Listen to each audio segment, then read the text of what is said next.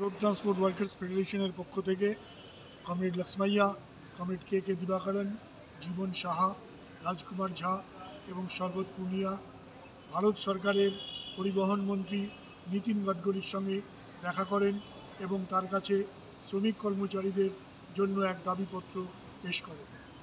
দাবিপত্রের মুখ্য বিষয় ছিল যে মোটর ভেহিকলস অ্যাক্টে যে শাস্তির বিধান রয়েছে তা কমানোর, সারা দেশের পরিবহন শ্রমিকদের জন্য সামাজিক সুরক্ষা, ওলা অ্যাপস, ক্যাবের যে ড্রাইভার কন্ডাক্টররা যেভাবে শোষিত হচ্ছে তা বন্ধ করে ভারত সরকারকে একটি অ্যাপস চালু করানো এবং সামাজিক সুরক্ষার প্রশ্নে ভিভিগিরি ন্যাশনাল লেবার ইনস্টিটিউট যে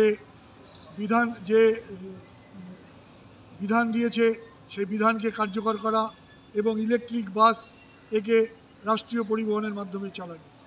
সমস্ত বিষয় উনি মনোযোগ দিয়ে শুনেছেন, সমস্ত বিষয়ের উনি ব্যাখ্যা দিয়েছেন, যে ব্যাখ্যার সঙ্গে আমরা সবটা একমত না হলেও উনি একমত হয়েছেন আমাদের প্রস্তাবের সাথে, যে সারা দেশের পরিবহন শ্রমিকদের জন্য সামাজিক সুরক্ষা প্রকল্প একটি গঠন করবেন।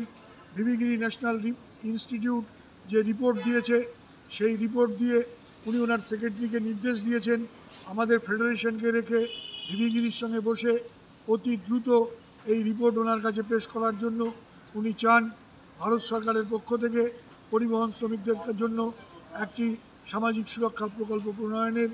এটা আমাদের দীর্ঘদিনের দাবি। এই দাবি আমরা আশা করছি আমাদের দেশের সরকার মেনে নেবে।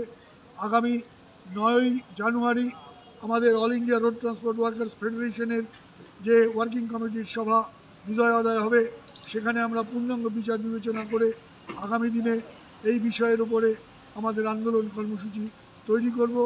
এই কথা আমরা আমাদের ফেডারেশনের পক্ষ থেকে সমস্ত শ্রমিক কর্মচারী বন্ধুদের কাছে আমরা উপস্থিত করলাম। ধন্যবাদ। Jiban Saha, all India road transport workers federation national secretary.